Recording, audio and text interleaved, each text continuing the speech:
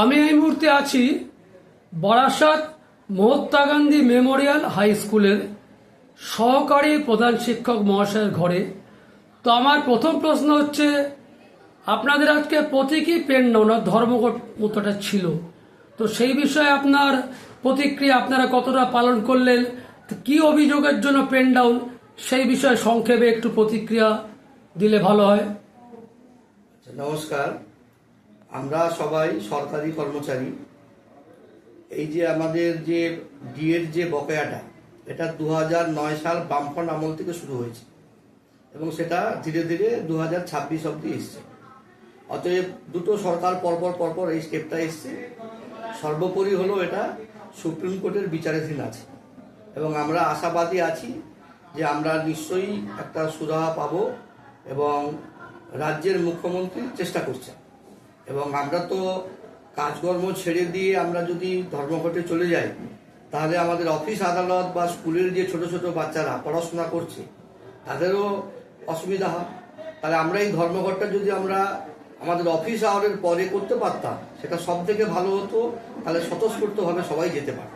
কিন্তু কাজকর্ম বন্ধ রেখে যাওয়ার পক্ষপাতী আমি নই। তার থেকে সর্বোপরি সুপ্রিম কোর্টের যখন বিচারাধীন এবং রাজ্যের মুখ্যমন্ত্রী যখন বিষয়টা দেখছেন, আমাদের ওনার উপর ভরসা রাখতে হবে, সর্বোপরি সুপ্রিম কোর্টের উপর ভরসা রাখতে হবে এবং সত্যের জয় হবে। আমরা আমাদের যে বাকি বকেয়া নিশ্চয়ই আমরা ফিরে পাবো। আমার পরের প্রশ্ন, ধরুন এ পর্যন্ত অনেকগুলো পে কমিশন হয়ে গেল, বিয়ে বেড়ে গেল, জিনিসের দাম বেড়ে গেল, সেই অবস্থা দাঁড়িয়ে আপনাদের মহার্ঘভাতা ডিএ, আমাদের কাছে খবর আছে আপনারা সেই আশানুরূপ কিচ্ছু পাননি। তো দীর্ঘদিন বিচারটা যদি না থাকে, সুপ্রিম কোর্ট তো রায় দিয়েছে বকেয়া মেটানোর জন্য, বিচারাধীনের থেকে এসে গেছে পয়সা দিয়ে দেওয়া বলে, তো সেই যদি না পাই, দীর্ঘদিন সুবিচার না পেলে তো অনেকটা সুবিচার মানে রায় ঘোষণা বা আপনার ধরুন বিচার না পাওয়ার সামিল হলো। তা আপনারা কতদিন এইভাবে এটা মানে আন্দোলনটা রাখবেন বা কি বক্তব্য কি পেশ করবেন? দীর্ঘদিন অনন্তকাল কি চলে থাকা উচিত? আপনার কি মতামত? সর্বোপরি মনে রাখতে হবে যে অন্যান্য রাজ্যের থেকে এই রাজ্যের অবস্থাটা অন্যরকম। কারণ এখানে অনেকগুলো সরকারি প্রকল্প কিন্তু চলছে, সেখানে সরকারের অনেকটা টাকা ব্যয় হচ্ছে এবং যেখানে আমরা 2% থেকে 2.5% সরকারি কর্মচারী, বাকি 97 থেকে 98% কিন্তু বিলো পভার্টি লাইন। তাদের কথাটাও চিন্তা করতে হচ্ছে, যেটা সরকার চিন্তা করছে। আমরাও যারা সরকারি চাকরি, আমরাও চিন্তা করছি যে ওদের যাতে ডাল ভাত খেয়ে বেঁচে থাকতে পারে, সেটাও উনি দেখছেন।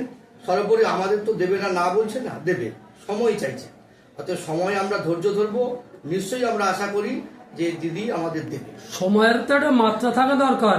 সরকারি সব প্রকল্পে যে আলাদা বরাদ্দ থাকে, ডিএটা আপনাদের ন্যায্য অধিকার বলা হয়েছে, তা সত্ত্বেও দীর্ঘদিন যদি ডিএটা না পান মহার্ঘ ভাতা, তাহলে সেটা তো একটা প্রশ্ন ঝুলে রইল।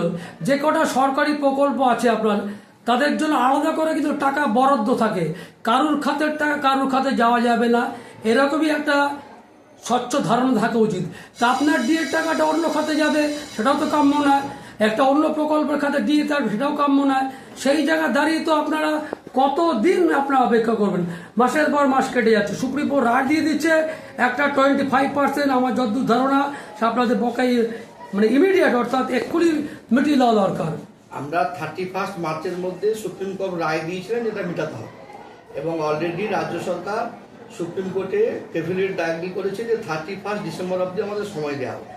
আমাদের নিশ্চয়ই অসুবিধা হচ্ছে। তার থেকে বড় কথা, আমরা যে সমাজে বসবাস করছি সেখানেও তো অনেক আমাদের বন্ধু দাদা ভাইরা আছে, তাদের কথা দেখেও আমাদের কিছুটা সাফারাত্ম হতেই হবে।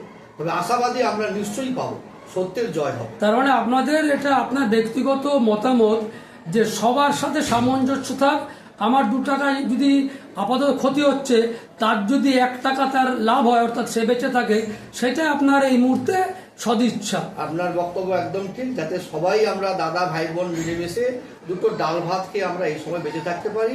আমাদের একটু লস হচ্ছে, আমরা মেনে নিচ্ছি, কিন্তু আমরা নিশ্চয়ই ভবিষ্যতে আমরা পাবো। এবং ইভেন যারা পেনশন হোল্ডার তারাও তো পাবে, তারাও তো রিটার্ন করে গেছে, তাদের তো আগে দরকার। আমরা রানিং কর্মচারী, আমরা বেশি বেতন পাচ্ছি, কিন্তু যারা পেনশন হোল্ডার তারা তো অর্ধেক বেতন হয়ে গেছে, তারাও মানিয়ে নিচ্ছে। অর্থাৎ সবাইকে মিলেমিশে আমরা সুখে শান্তিতে থাকবো, এটাই আমার ব্যক্তিগত মতামত। অসংখ্য ধন্যবাদ আপনাকে। নমস্কার। আপনার নামটা? শুভেন্দু বিকাশ মাইতি, সহকারী প্রধান শিক্ষক, Barasat Mahatma Gandhi memorial high school. ধন্যবাদ আপনাকে।